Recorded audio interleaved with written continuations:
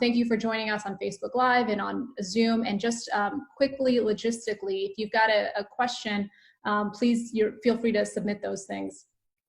So I would very much rather be there in person and meeting with folks all throughout this district and hearing from you and seeing you firsthand. But given the challenges that we are facing now, my team and I are doing our part to stay home, work remotely, but still make sure that you've got the information, the resources to keep you and yourselves, and your families healthy rather. I want to start off by thanking our first responders and those are our medical professionals, are those that are stocking our groceries, those that are literally doing the work to keep each of us safe and healthy. Thank you so much. And you know, this is a very difficult time, regardless of where you are in the district, from San Antonio to El Paso, Presidio, Loving County. You know, we are all in this together. You know, our border communities in particular, the economies have been particularly hit as the border has been closed to non-essential travel.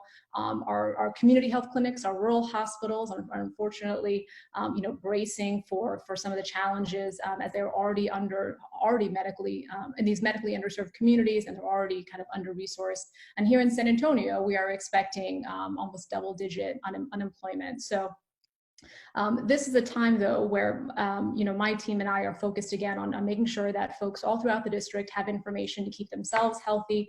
And what we've focused on is connecting folks, both resources from a healthcare standpoint, but also as more federal assistance becomes available, making sure that people know how to apply for those things. So please check out our resource guide, which is on the Facebook page. It's also on the Twitter page. We will update those resources daily, and so you can check back in there. And if there's something on there if there's not something there that you see, or if you've got a question about something, please send that over and we'll try to get the answer to you as quickly as possible. So I'm very excited today to be joined by a good friend of mine, Dr. Erika Gonzalez-Reyes. Erika is a physician here in San Antonio. After spending almost a decade in the Air Force practicing medicine, she is now the CEO and president of the South Texas Allergy and Asthma Medical Professionals. So we are very excited about having her today to be able to answer your questions all throughout this district. And so Erika, thank you for joining us. You know, this is a district that goes from San Antonio to El Paso. We've got some of the best healthcare in the world, as you know, here in San Antonio, but we've also got communities like Presidio, where you've got to drive 80 miles to a hospital. We've got communities like Ozona and Crockett County, where it's a 170-mile round trip just for a prenatal visit. So I think the questions that people have submitted today are really reflective of, you know, the diverse challenges from a healthcare standpoint that exist all throughout this district. So I really thank you for making yourself available today and asking the questions, answering the questions that people have submitted. So Eric, if you wanted to say just a couple of sentences before we jump right into the questions, please, the floor is yours. Sure, thank you. Yes, Gina, thanks for asking me to be here tonight. It's really an honor to be able to talk with the people around Texas, and I'm happy to be here with you guys tonight. Great, thank you so much, Erika. So the first question is from Trish here in San Antonio and Bexar County. Obviously, of all the counties, we are seeing the highest number of positive cases here. Just as of late, 229 folks have tested positive, and the 9 deaths in the district are all here in Bexar County. So her question is, you know, how do we get a test? What are the symptoms, and what are some of the pre-existing conditions that doctors are taking into account as they are examining folks, and how long does it take to get test results back? Sure. I want to comment first that although we're only reporting cases here in Bexar County, that's not to say that they're not in the other counties right now. It's just that there's not as much testing being done. And that could be the reason why we haven't seen any positive results outside of this area. The San Antonio metro area is one of the places where they can go and get testing if they feel that they are you know, at risk for being infected with COVID. Right now, the primary care doctors are the first line before being able to get a test done. So if you felt like you were having any type of symptoms, especially a dry cough, a fever, muscle aches, chills, I would recommend that they call their doctor, and then we have specific algorithms that we follow to see if they meet criteria for testing. A lot of it not only has to do with the type of symptoms they have, but their risk of being exposed. So if you're a healthcare worker or a first responder, you're going to have a little bit of a higher risk or if you know that you have already been exposed to somebody with a positive test. If you meet criteria for testing, then Metro Health has the facilities downtown and also at the Freeman Coliseum. They've set up some drive-through testing. There are some community physicians that are able to test, and depending on where the test is being sent to, in my clinic, I have to send it to a central lab, so it takes anywhere from 2 to 3 days to get the results back. Metro Health has a faster capacity, and they're able to get the results in 20 minutes. So it's a big difference as to how fast the results are resulted out, and that's part of the reason why a lot of these tests that are being done in private labs can't be as easily accounted for in our numbers right away. Thank you for that. We've got Cynthia. Cynthia has submitted this question from Eagle Pass. And as you know, not only in San Antonio, but throughout this district, we have a very large veteran population. And so Cynthia's husband is a veteran, and her question is he able to get a test through the VA? So first I want to say that I love Eagle Pass. I have a lot of good friends from there, so I love visiting that area. But yes, so if you are a veteran or even our active duty members, they are able to get testing both through the veteran facilities and through our military hospitals. Okay, great. Spencer submitted a question from here in San Antonio. Are doctors working on a cure or a vaccine, and what's the assessment on the timeline for seeing those? So since this virus came into existence, or at least when we were first aware of it, which was in December of 2019, they immediately started working on trying to find a vaccine that could combat this virus. So they model it very much after the vaccines that we have for influenza that are currently available to us. Typically, it would take years, and I'm talking about 10 years, for a vaccine to go from research to out into the community where it would be available.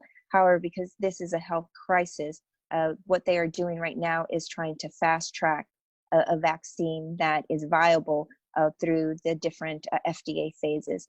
If that is able to be done, we could, best case scenario, have a vaccine on the market by next year.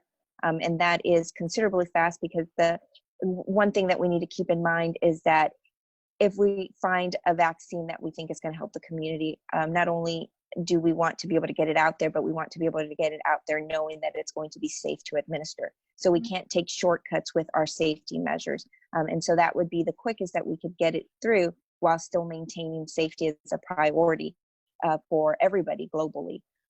So in addition to that, there is no known cure for it right now. There are things that we have seen that have helped, none which seem to be consistent.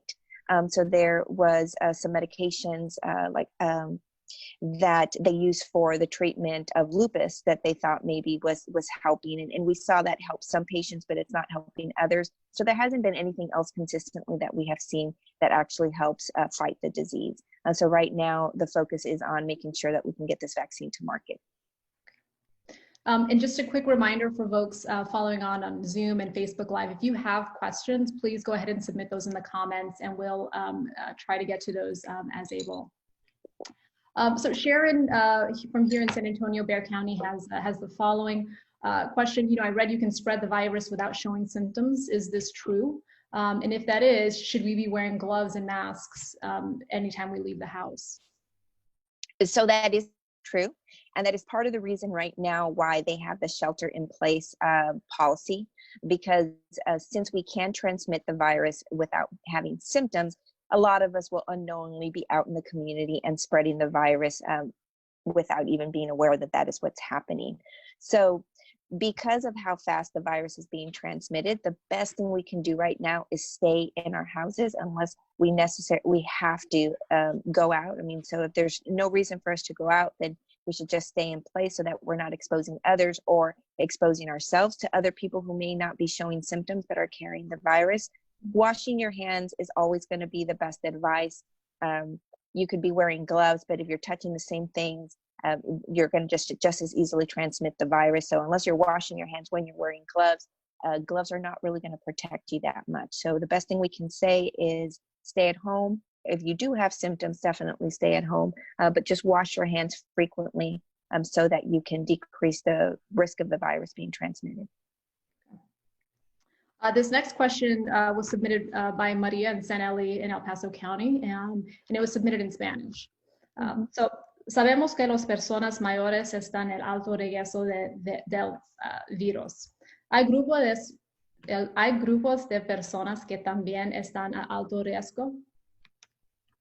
Sí, aparte de la gente mayor de la edad de 60 años, la otra gente que también tiene el riesgo más alto para tener problemas con el coronavirus son la gente que tiene problemas con respiratorios como asma, el COPD, gente que tiene problemas con el diabetes o también con la alta presión, alguien que tiene otra enfermedad crónica.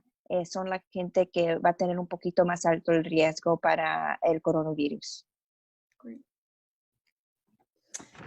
This question was submitted anonymously. So it says, I'm a woman in my 40s and I've always struggled with asthma. My 2 kids also have asthma. Are we more vulnerable to the coronavirus than someone who doesn't have asthma?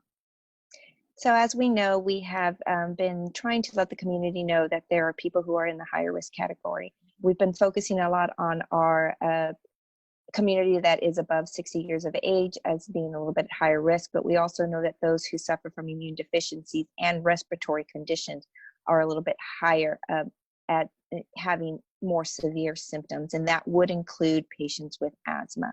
What we are telling our patients right now, just as in any other virus, the best thing you can do if you are an asthmatic is just make sure that you are taking your inhalers the way that they were prescribed, because the better that your asthma is controlled, the better chances of you not having those asthma symptoms be exacerbated if you get infected, not only with coronavirus, but any other virus. So although they may be at higher risk, there are things that they can be doing right now to try to protect themselves a little bit more, should, God forbid, they get infected with the coronavirus. Sure. That's such a critical question. I mean, as we know, we have one of the highest rates of asthma in the entire country, right? In Texas, it's like 1 in 11. In Bexar County, it's 1 in 7. So it's just so critical as we're trying to keep people out of emergency care that they do exactly what you just said. There was, so somebody is here in San Antonio is reading the news, and they recently read, Erika, about the work that you're doing with City Councilman Roberto Trevino to make respirators, excuse me. So the question is, San Antonio has a big medical community, and I'm surprised we may need to do that. Does the city already know that we won't have enough respirators? So unfortunately, this is not a problem or issue that's specific to San Antonio. This is an issue that we're seeing nationally. Cities like New York, San Francisco, Seattle have all not been able to keep up with the demand that is being put on the medical system. That is part of why people are talking about flattening the curve. So the purpose behind flattening the curve is just to try to slow down the transmission so that we don't overwhelm our hospital system. We have about 650 ventilators available in Bexar County. Most of the time that would be enough for a city or a county of our size. However, because the virus is being transmitted so quickly, and because we know that 2% of all patients that do get the virus will most likely need to go onto some type of invasive ventilatory support, there would not be enough ventilators in this area for the predicted amount of people that would get sick. That is not something, like I said, that is unique to San Antonio. San Antonio has, like many other cities that has not yet been hit as hard as other areas like New York, are trying to prepare and learn from what other cities are struggling with. This would include Dallas, this would include Houston. And so the mayor has put in a request with the state of Texas for an additional 2,000 ventilators. However, part of the problem is that we are also having problems of being able to manufacture them. Because a lot of the parts that are needed for the ventilators are not manufactured here in the United States. So that's also acting as a hindrance for our ability to be able to get ventilators out into the community. Besides this area, there are 3 other cities or universities, MIT, University of Michigan, and Rice University, all that are doing similar things to what we're doing here in San Antonio and trying to create an alternative ventilator option. So what we are designing right now is a different ventilator option that one is more cost effective, $300 versus, anywhere from $10,000 to $30,000, and also with parts that would be available locally. It would be something to act as a bridge to help people get through this if they should run into respiratory problems until we have a traditional ventilator available for them. Mm-hmm. And if anyone has been watching us on social media, they know that I've been very vocal in continuing to call for the full enforcement of the Defense Production Act, right? Which would make sure that we can corral our production in the country to make exactly the type of equipment that Erika is describing, as well as making sure that our medical professionals have the PPE that they need. So when I'm talking about those things, it's because, folks like Erika and our elected leaders are looking at the numbers and seeing that we may fall short of where we need to be, which is why we can't wait now, right? We've got to corral our resources and make sure that we're doing everything we can do to save as many lives as possible. We've got a question here. This was also submitted anonymously, Erika, but this is in Texas, 1 in 6 active DACA recipients calls Texas home. So, in our state, we have a lot of mixed status families, and in this district, it's no different. So the question is, my mom is showing symptoms, but doesn't want to get tested because she's undocumented. She's scared that her information will be shared with ICE. Is that true? Are doctors sharing information with ICE? We do not share information with ICE. So because we are in a profession where we want to make sure that the community is comfortable seeking help should they need our help, then one, we don't ask that information. We don't ask to know whether they're documented or what their immigration status is. We just see the patient. So if they are having any problems and they need the medical help, I urge them to not go seek it. That is not something that we're required to report federally or locally. No one asks us that, so we don't ask it and we don't report it. It's not an issue for us. Okay, great.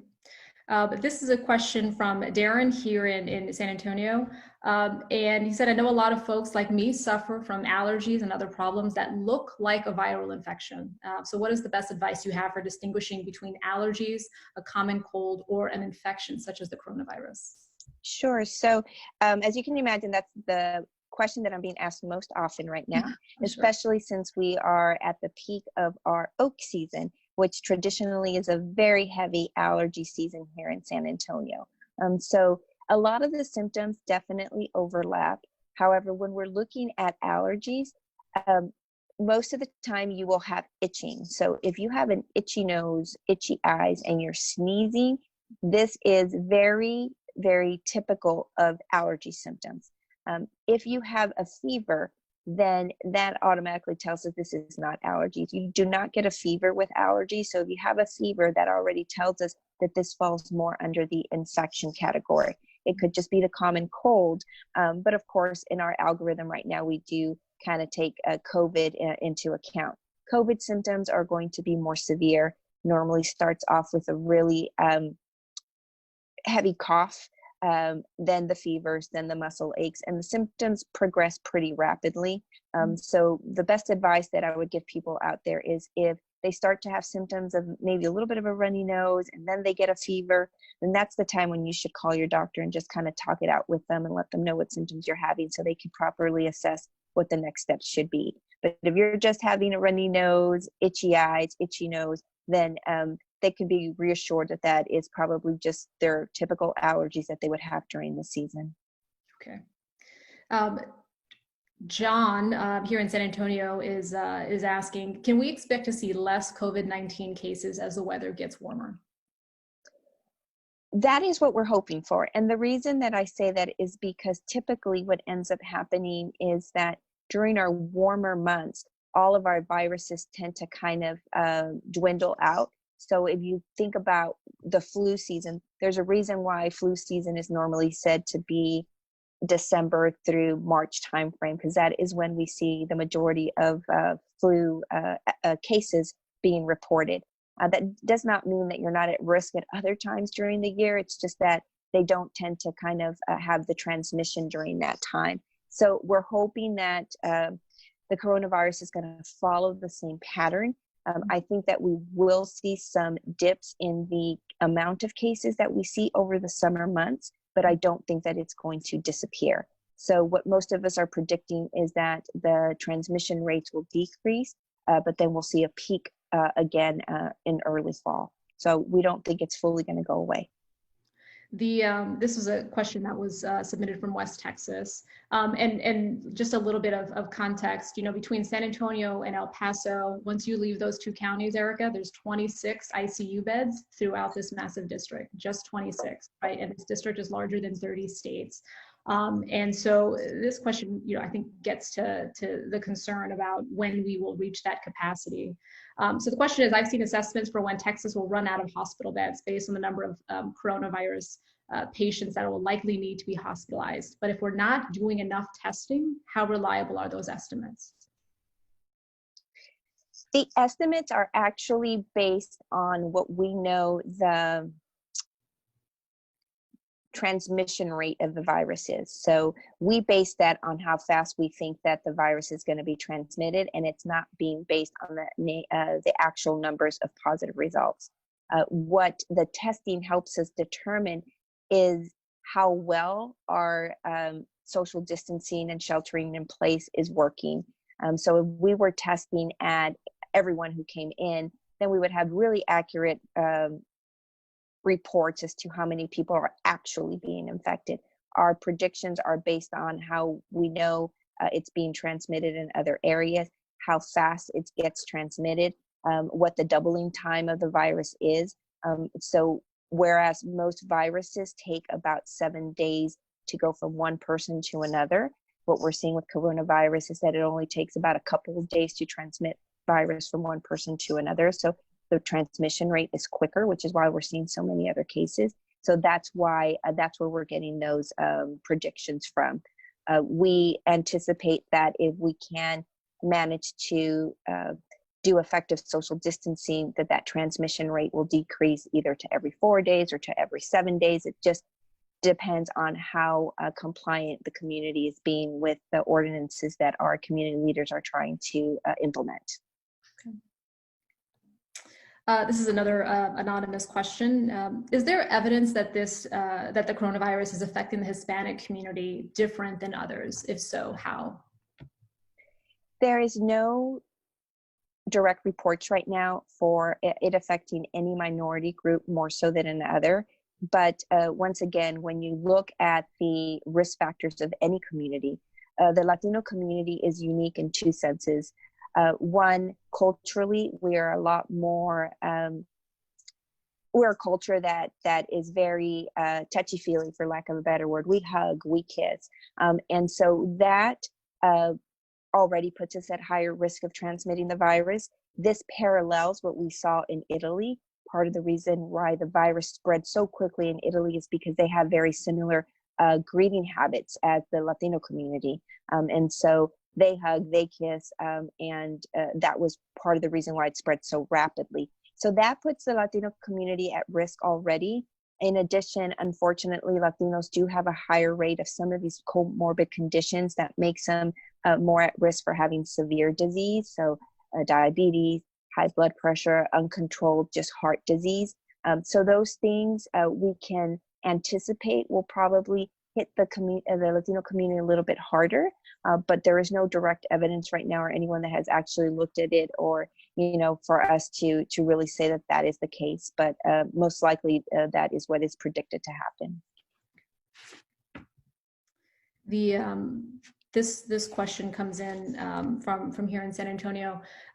It sounds like I was watching the news, and it sounds like a positive of the coronavirus is that it's not mutating. Why is that a good thing?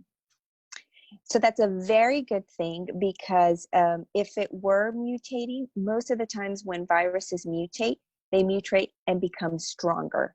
And so that's basically like their survival mechanism. They get stronger because something was not allowing them to thrive. And so if it were starting to mutate, then we would know that it's finding ways to thrive, so that no matter what we're doing right now, it would be hard for us to contain this. It's very reassuring to all of us that this virus isn't mutating. This is another question submitted just via our survey. It says, as a Texan, I'm surprised that we haven't been able to do as much testing as some of the other big states like California and New York. As a doctor, what has surprised you?